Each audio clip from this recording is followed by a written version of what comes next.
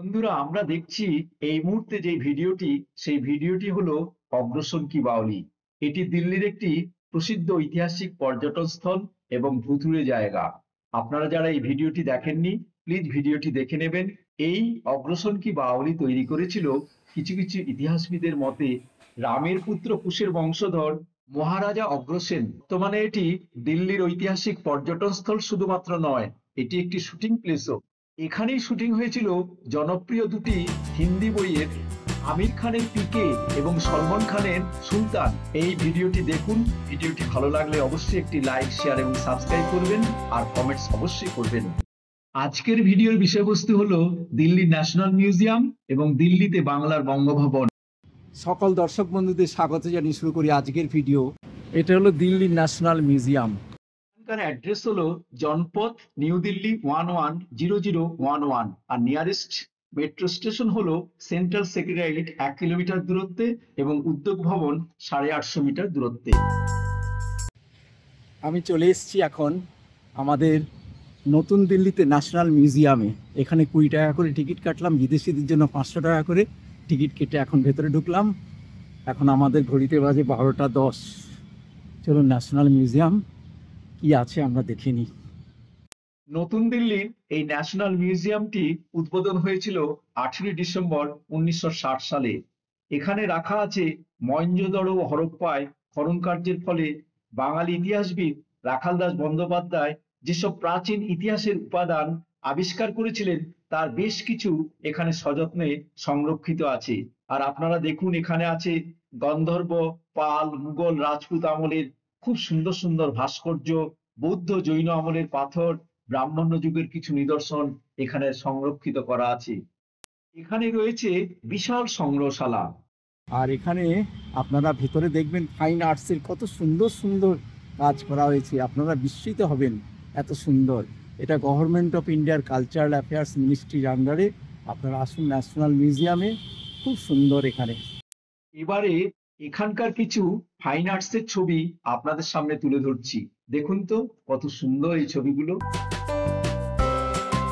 New দিল্লির এই national museum খুব সুন্দর, কিন্তু ভেতরে কোনো ফটোগ্রাফি বা ভিডিও করা নিষেধ। ভেতরে ভাস্কর্য, ফাইন আর্টসের সঙ্গে সঙ্গে এখানে বিভিন্ন ধর্মগ্রন্থ সংরক্ষিত করা আছে। এছাড়া প্রাচীন যুগের পোশাক পরিচ্ছদ, অস্ত্রশস্ত্র, মণিমাণিক্য, রেশমের কাপড় সমস্ত কিছু আছে।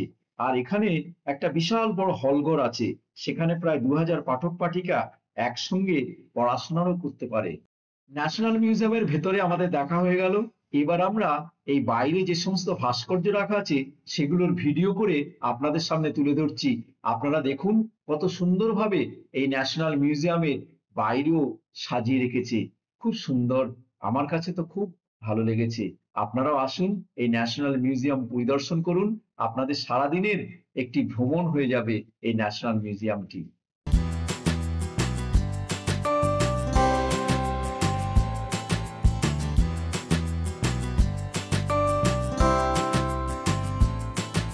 এই ন্যাশনাল মিউজিয়ামের চত্বরে রয়েছে একটি শিব মন্দির। চলুন আমরা শিব মন্দিরটাও পরিদর্শন করে আসি। খুব সুন্দর ছোটখাটো শিব মন্দির। এই মন্দিরটাও আপনাদের সামনে তুলে ধরলাম। চলুন আমরা এবার বাইরের বিভিন্ন ভাস্কর্য দেখতে দেখতে আমরা এই ন্যাশনাল মিউজিয়াম থেকে এবার বেরিয়ে যাব। আপনারা এলে অভিভূত হয়ে যাবেন, এত সুন্দর সুন্দর ছবি এই বিল্ডিংটা আছে। 3 তলা ভরে একদম প্রচুর ছবি আছে। আপনারা আসুন, আপনাদের সারাদিনের একটা প্রোগ্রাম হয়ে যাবে এখানে। ভেতরে এসি চলছে, খুব সুন্দর ব্যবস্থা। দিল্লির ন্যাশনাল মিউজিয়াম সবচেয়ে ভালো লাগলো। এবারে আমাদের নেক্সট গন্তব্যস্থান হলো বঙ্গভবন। এই ন্যাশনাল মিউজিয়াম থেকে হেইলি রোডের দিল্লির বঙ্গভবনের দূরত্ব মাত্র 2 কিলোমিটার। সময় নেবে অটোতে মাত্র 5 মিনিট। দিল্লির হেইলি রোডের বঙ্গভবনে এটি কর্নাট প্লেসের কাছে অবস্থিত। এখানে যেমন খাঁটি বাঙালি খাবারের স্বাদ পাওয়া যায়, তেমনি এখানে থাকবারও সুব্যবস্থা আছে। সমস্ত কিছু এই ভিডিওতে আলোচনা করব, আপনারা আমাদের সঙ্গে থাকবেন। আপনাদের জানিয়ে রাখছি, দিল্লিতে দ্বিতীয় একটি বঙ্গভবন তৈরি হয়েছে, সেটি হলো চাণক্যপুরীতে। আমরা এখন হেইলি রোডের বঙ্গভবনে ঢুকছি। এই যে বাঁ দিকে হলো সিকিউরিটি অফিস। দিল্লির হেইলি রোডের বঙ্গভবনটি কনট প্লেসের খুবই কাছে অবস্থিত। আর এখানে কলকাতার প্রসিদ্ধ যে রেস্টুরেন্ট বিজলি গ্রিল আছে, তার একটি রেস্টুরেন্ট ফার্স্ট ফ্লোরে আছে।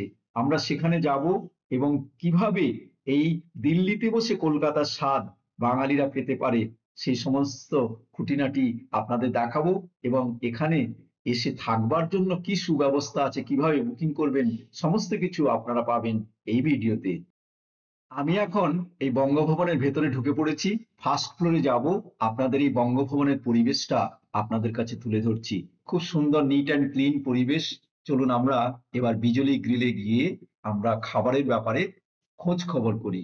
খুব সুন্দর সাজানো গুছানো, দেখুন আপনাদের নিশ্চয়ই ভালো লাগবে এই বঙ্গভবনের পরিবেশ।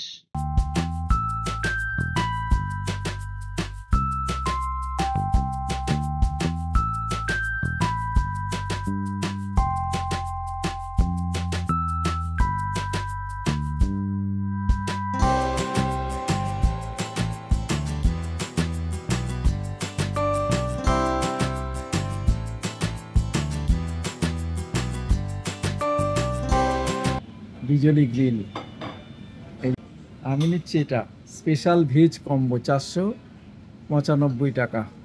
লুচি 4 পিস, ভাত, আলুর দম, আলু পোস্ত, ছোলার ডাল, মুগ ডাল, বেগুন ভাজা আর মিষ্টি একটা। এই রেস্টুরেন্টে আপনারা খাঁটি বাঙালি খাবার পাবেন। এখানে লুচি, কষা মাংস, মাটন বিরিয়ানি, বাসন্তী পোলাও, মাছের ফ্রাই, ডিমের ডেভিল, ইলিশ মাছের নানা পদ এবং মিষ্টি দইয়ের মতো বিখ্যাত বাঙালি খাবারের স্বাদ এখানে নিতে পারবেন। তবে আপনাদের জানিয়ে রাখি, এখানে দুটো সাইড করেছে, একটা বাঁ দিকেরটা হলো আউটসাইডারদের জন্য এবং ডান দিকেরটা হলো এখানে যারা থাকছে ঘর ভাড়া নিয়ে তাদের জন্য। তাদের কিন্তু খুবই রেটটা কম। আমি ভেবেছিলাম এখানে রেট কম, কিন্তু আউটসাইডারদের জন্য খাবার সুস্বাদু হলেও রেট আমার কাছে অত্যধিক লেগেছে। আপনারা যদি এখানে কখনো এসে থাকেন তাহলে আপনারা কিন্তু এখানে সস্তায় খেতে পারবেন, অন্যথায় আপনাদের বাইরের মতো রেট দিতে হবে, কোনো রকম এখানে ছাড় নেই। আপনারা যারা এই বঙ্গভবনে থাকবেন তাদের জন্য খুবই সস্তা। এখানে 100 থেকে 150 টাকার মধ্যে আপনারা মাটন থালিও পাবেন। যাই হোক, এবার এখানে থাকবার কি সুব্যবস্থা আছে সে সম্পর্কে আপনাদের সঙ্গে আলোচনা করা যাক। এখানে আপনারা বুকিং করতে হলে আপনারা ইমেল করুন bongobhavan@gmail.com, আর ফ্যাক্স নাম্বার হলো 03322141034, আর ফোন নাম্বার হলো 03322544164। তবে আপনাদের একটি প্রয়োজনীয় তথ্য জানিয়ে রাখছি, আপনারা অ্যাপ্লিকেশন করবার আগে এই দিল্লি অফিসে একবার খোঁজ নিয়ে নিন এখানে অ্যাভেলেবিলিটি আছে কিনা। তাদের ফোন নাম্বার হলো 01123721996 অথবা 01123013575। এই নাম্বারটা আমি স্ক্রিনেও দিয়ে দিলাম এবং ডেসক্রিপশন বক্সে দিয়ে দিলাম। এইখানে খোঁজ নেবেন before or after sending your application, অর্থাৎ অ্যাপ্লিকেশন পাঠাবার আগে এবং পরে কনফার্ম হয়েছে কিনা এখান থেকে আপনারা জানবেন। আর আমাদের কলকাতা অফিসে আপনারা অ্যাপ্লিকেশনটা জমা দেবেন। অ্যাপ্লিকেশনের সঙ্গে কি দেবেন সেটা হলো একটা চেক ইন চেক আউটের টাইম দেবেন, ফটো আইডি কার্ড দেবেন, আর গভর্নমেন্ট এমপ্লয়ি হলে অবশ্যই সরকারি আইডি কার্ড দেবেন, আর পারপাসটা হলো অফিসিয়াল না পার্সোনাল সেটা আপনারা জানাবেন। আর এখানে আপনাদের জানিয়ে রাখি, এখানে ঘর ভাড়া খুবই সামান্য।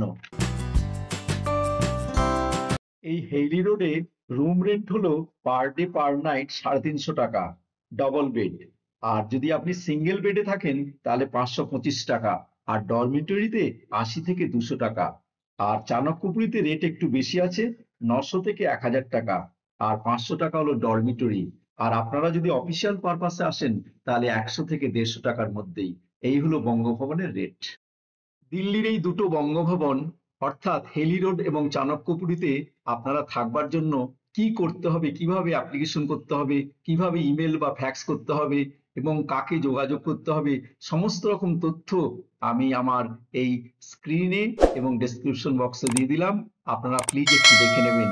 আর কোনো রকম অসুবিধা হলে আপনারা দিল্লি অফিসে ফোন করুন অথবা রাইটার্স বিল্ডিংসে ফোন করে আপনারা অন্যান্য তথ্যগুলো জেনে নিন।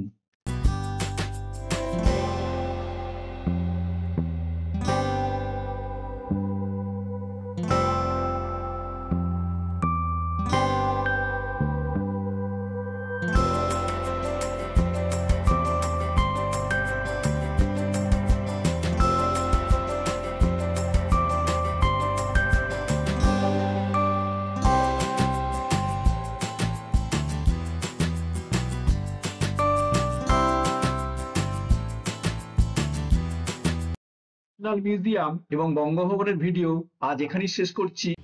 ভিডিওটি কেমন হলো আপনারা কমেন্টস বক্সে প্লিজ কমেন্টস করবেন। ভিডিওটি যদি কিছুমাত্র ভালো লাগে তবে অবশ্যই একটি লাইক, শেয়ার এবং সাবস্ক্রাইব করবেন। আর যারা সাবস্ক্রাইব করেছেন তাদের অসংখ্য ধন্যবাদ। আর যারা আমার এই চ্যানেলে নতুন তাদের আমি অনুরোধ করব আপনারা চ্যানেলটি সাবস্ক্রাইব করে মাঝে মাঝে কমেন্টস করবেন, ভিডিওগুলো দেখবেন এবং আপনাদের কমেন্টস দিয়ে মতামত জানাবেন। সবাই ভালো থাকবেন, সুস্থ থাকবেন। আজকের মতো তাহলে এখানে শেষ করছি। পরের ভিডিওতে আবার দেখা হবে। নমস্কার।